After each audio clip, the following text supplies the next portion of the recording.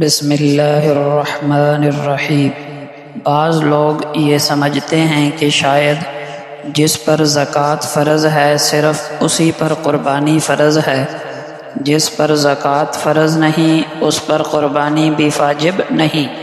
یہ غلط فہمی ہے۔ ہاں، یوں کہہ سکتے ہیں کہ جس پر زکوٰۃ فرض ہے تو لازماً اس پر قربانی بھی واجب ہے، لیکن یہ کہنا غلط ہے کہ جس پر زکوٰۃ فرض نہیں اس پر قربانی بھی واجب نہیں، بلکہ ہو سکتا ہے کہ ایک آدمی پر قربانی تو واجب ہو لیکن زکوٰۃ فرض نہ ہو۔ قربانی اور زکوٰۃ کے نصاب میں ایک بہت بڑا فرق ہے۔ وہ فرق یہ ہے کہ زکوٰۃ کے حساب کے لیے 4 قسم کے مالوں کو کیلکولیٹ کیا جائے گا۔ نمبر 1 سونا، نمبر 2 چاندی، چاہے یہ ڈلیوں کی شکل میں ہوں، زیورات کی شکل میں ہوں، چاہے وہ زیورات استعمال میں ہوں یا نہ ہوں، نمبر 3 نقدی کیش، اور نمبر 4 سامان تجارت۔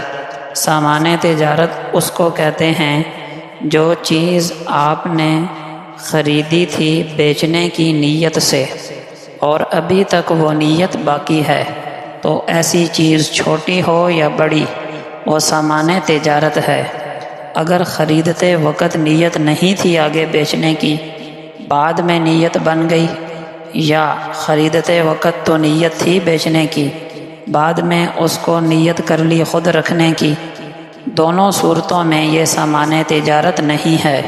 سامان تجارت ہوگا جب نیت ہو خریدتے وقت ہی آگے بیچنے کی اور وہ نیت ابھی تک باقی اور قائم ہو، تو ایسی چیز کو سامان تجارت کہا جاتا ہے۔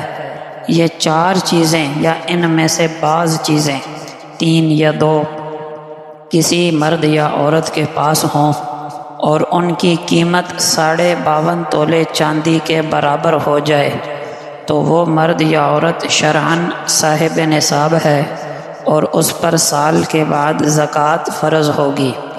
لیکن قربانی کی کیلکولیشن کے لیے ساتھ ایک 5ویں چیز بھی ملائی جائے گی۔ 4 چیزیں تو یہی ہو گئیں اور 5ویں چیز ہے ضرورت سے زائد سامان۔ یہ عام طور پر عورتوں کے پاس ہوتا ہے۔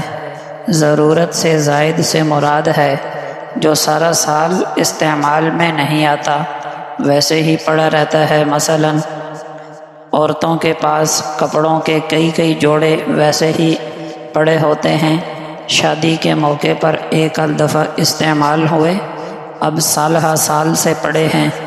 جہیز میں ملے ہوئے بہت سے برتن بغیر استعمال اور ضرورت کے سالہ سال سے پڑے ہیں۔ فرنیچر ہے، ڈیکوریشن پیس وغیرہ ہیں۔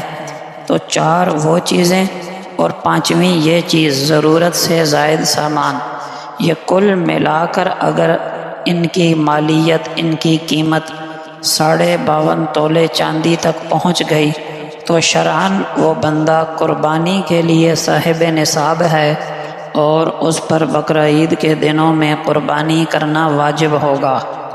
البتہ زکوٰۃ ہو یا قربانی، نصاب کیلکولیٹ کرتے وقت قرضے کو مائنس کیا جائے گا۔ یعنی اگر آپ نے کسی کا قرض دینا ہے تو اس قرضے کو مائنس کر کے پھر کیلکولیشن کریں گے ان 4-5 چیزوں کی۔ اگر قرضہ مائنس کر کے اتنی رقم بن جاتی ہے تو صاحب نصاب ہے، ورنہ نہیں۔ کوئی آدمی سفر پر ہے اور شرعی مسافت کے فاصلے پر ہے اور وہاں 15 دن سے کم قیام کی نیت ہے، تو وہ شرعاً مسافر کہلائے گا اور اس پر قربانی واجب نہیں۔ شرعی مسافت کا معنی ہے تقریباً 77.5 کلومیٹر، یعنی 77.45 کلومیٹر کے فاصلے پر ہو اپنی بستی سے، اور وہاں 15 دن سے کم ٹھہرنے کی نیت ہو، تو وہ مسافر ہے، اس پر قربانی واجب نہیں۔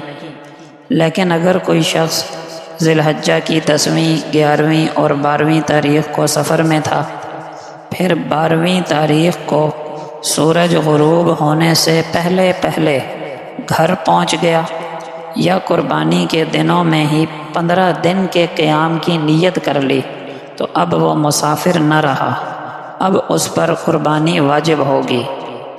اسی طرح اگر کسی کے پاس پہلے یعنی عید کے قربانی کے دنوں سے پہلے تو اتنا مال نہیں تھا جس سے اس پر قربانی واجب ہوتی، پھر 12ویں ذی الحجہ کو سورج غروب ہونے سے پہلے پہلے اس کے پاس کہیں سے اتنا مال آ گیا، کسی نے ہدیہ دے دیا یا آفس کی طرف سے، دفتر کی طرف سے بونس مل گیا وغیرہ، تو اگر 12 ذی الحجہ کی مغرب سے پہلے پہلے کہیں سے اتنا مال آ گیا جس پر قربانی واجب ہوتی ہے تو وہ بندہ صاحب نصاب ہے اور اس پر قربانی واجب ہے۔